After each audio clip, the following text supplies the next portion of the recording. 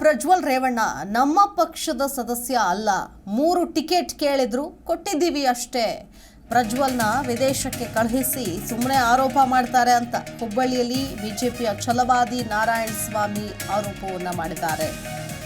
ಅವರಿಗೆ ಟಿಕೆಟ್ ಕೊಡಬೇಕೋ ಬೇಡವೋ ಅನ್ನೋದು ಅವರು ತೀರ್ಮಾನ ಮಾಡಬೇಕು. ಅವರನ್ನು ಸಂಸದರನ್ನಾಗಿ ಮಾಡಿದ್ಯಾರು? ಇದಕ್ಕೆ ಕಾಂಗ್ರೆಸ್ ನಾಯಕರು ಉತ್ತರ ಕೊಡಬೇಕು. ಇದು ಆ ಕಾಲದಲ್ಲಿ ಮೋದಿ ಅವ್ರಿಗೂ ಗೊತ್ತಿರಲಿಲ್ಲ. ಇದೀಗ ಗಮನ ಸೆಳೆದಿದೆ. ಅಮಿತ್ ಶಾ ಅನ್ಯಾಯ ಮಾಡಿದ್ರೆ ನಾವು ಕ್ಷಮಿಸಲ್ಲ ಅಂತ ಹೇಳಿದ್ದಾರೆ. ನಾವು ಇದನ್ನು ಖಂಡಿಸಿದ್ದೀವಿ ಅಂತ ಹೇಳಿದ್ದಾರೆ ನಾರಾಯಣಸ್ವಾಮಿ. ಪ್ರಜ್ವಲ್ ರೇವಣ್ಣ ತಡೆಯೋಕೆ ಮೋದಿನೇ ಬರಬೇಕಾ, ದೆಹಲಿಯಿಂದ ಮೋದಿನೇ ಬರಬೇಕಾ ಅನ್ನೋ ಪ್ರಶ್ನೆ ಕೇಳಿದ್ದಾರೆ.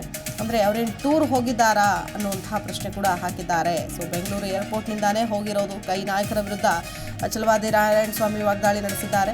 ತಾವು ಮಾಡೋ ತಪ್ಪನ್ನ ಮತ್ತೊಬ್ಬರ ಮೇಲೆ ಹಾಕೋ ಹೇಡಿ ಕೆಲಸ ಮಾಡ್ತಾ ಇದ್ದಾರೆ ಕಾಂಗ್ರೆಸ್ನವರು ಅಂತ ಕಾಂಗ್ರೆಸ್ ಮೇಲೆ ಕಿಡಿಕಾರಿದ್ದಾರೆ. ಅವರು ನಮ್ಮ ಪಕ್ಷದ ಸದಸ್ಯ, ನಮ್ಮ NDA ಅವರು ಬಂದು ಸೇರ್ಕೊಂಡಿದ್ರಿಂದ ನಾವು ಅವ್ರು 3 ಸೀಟ್ ಕೊಟ್ಟಿದ್ದೀವಿ. ಅವ್ರ ಪಕ್ಷದ ಸಮಸ್ಯೆ ಅದು. ಅವ್ರ ಟಿಕೆಟ್ ಕೊಡಬೇಕಾಗಿತ್ತ ಕೊಡಬಾರ್ದಿತ್ತ ಅವ್ರ ಸಮಸ್ಯೆ, ಅದು ನಮ್ಮ ಸಮಸ್ಯೆ ಅಲ್ಲ. ಆದ್ರೆ ಒಂದು, ಅವರನ್ನು MP ಮಾಡಿದ್ಯಾರು? ಕಾಂಗ್ರೆಸ್ನವರು, ದಳದವರು ಸೇರ್ಕೊಂಡು ಹಿಂದೆ ಮಾಡಿದವರು. ಉತ್ತರ ಯಾರು ಕೊಡ್ಬೇಕೀಗ?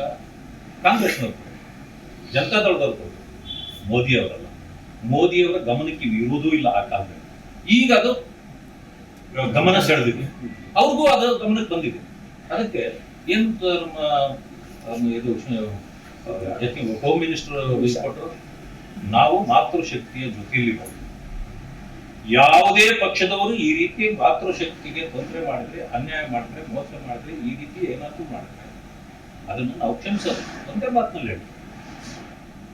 ಅದು ನಮ್ಮ ವಿಷಯ ಅಲ್ಲ. ಆದ್ರೂ ಕೂಡ ಇಂಥವುಗಳನ್ನ ಜಿ ಕನ್ನಡ ನ್ಯೂಸ್ ಈಗ ನಿಮ್ಮ ಮನೆಯಲ್ಲೇ ನೋಡಿ. ಎಲ್ಲ ಕೇಬಲ್ಗಳಲ್ಲಿ ಈಗ ಲಭ್ಯ. Sun Direct 292, Jio TV 1334, U digital 162, city cable 51, GTPL 17, Abhishek cables 821, rock line telecommunication 51, Shri Basaveshwara number 60, Vinayaka digital number 53, in digital number 896ರಲ್ಲಿ. ನಿಮ್ಮಿಸ್ತದ ಜಿ ಕನ್ನಡ ನ್ಯೂಸ್ ನೋಡಿ ಆನಂದಿಸಿ.